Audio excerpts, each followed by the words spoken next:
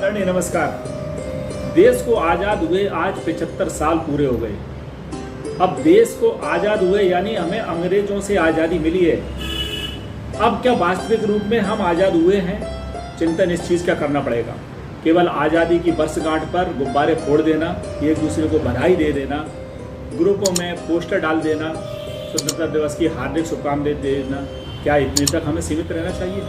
आप यदि बुद्धिजीवी हैं, आपने जिस परिवार जिस समाज में जन्म लिया है उसका चिंतन करना पड़ेगा।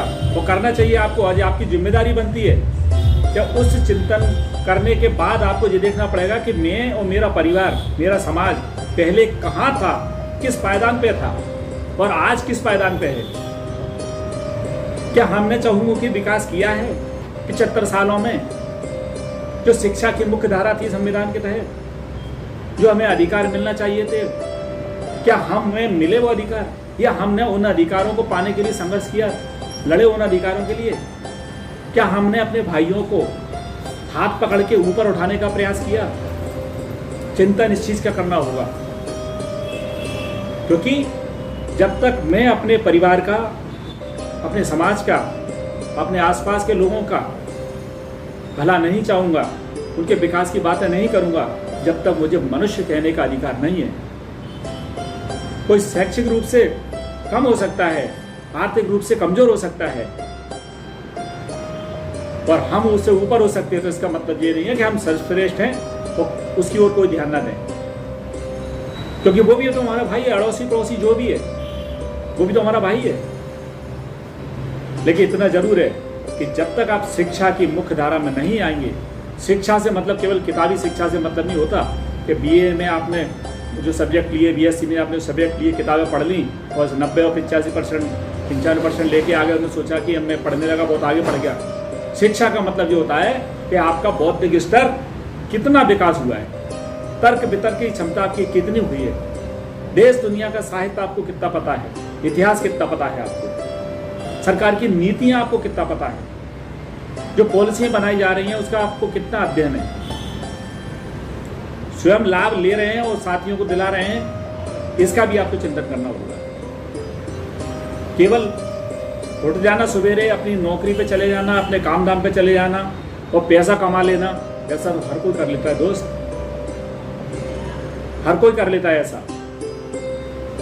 लेकिन जब अपने साथियों के लिए हम काम करते हैं, अपने हिस्से में से अपना जो काम कर रहे हैं, हम जिस व्यवसाय, जिस नौकरी में लगे हैं, वहाँ से समय निकाल के हम अपने से कमजोर साथी को उठाने के लिए शिक्षा ज्ञान दे रहे हैं, उसकी किसी न किसी रूप में मदद दे रहे हैं, तब आपकी जिम्मेदारी बनती है। और जिस परिवारों में भाईचारा है, भाई भाई के प्रति सोचा है, अपनी नौकरी, अपनी निजी जिंदगी, निजी लाइफ के अलावा उसके बारे में सोचा है। पहले सदियों पहले एक परंपरा थी कि जिस गांव में लोग रहते थे उसमें किसी भी जाति धर्म का व्यक्ति हो, सबको समानता की नज़रों से देखा जाता था, सबके भले के लिए बातें और विकास की बातें की जाती थी, वो गांव खुशहाल हुआ करते थे। और आज ये स्थिति आ गई है कि एक परिवार अपने भाई को नहीं देखता था, केवल एक निजी स्वार्थ तक, केवल अपने ही निजी स्वार्थ तक सीमित होकर रह गया है। इस देश को आज हर व्यक्ति के योगदान की जरूरत है। आपको जाति धर्म के बंधन से मुक्त होना पड़ेगा, कीजिए। लेकिन हम शपथ लें इस 75वें वर्षगांठ पे कि हम हिंदुस्तान के नागरिक हैं और इस हिंदुस्तान के विकास में हम कुछ ना कुछ अपना योगदान दे के जाएंगे।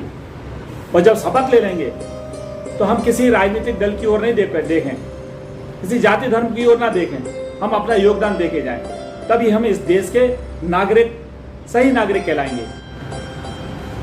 हमने इस ऋषि मुनियों की कर्मभूमि और जन्मभूमि पर जन्म लिया है। इसलिए दोस्त, मेरे सम्माननीय साथी, अपनी जिंदगी के अलावा भी थोड़ा सा अपने भाइयों के बारे में सोचें, उनके विकास के बारे में सोचें, तब हम वास्तविक रूप से आजाद कहलाने लायक रहेंगे।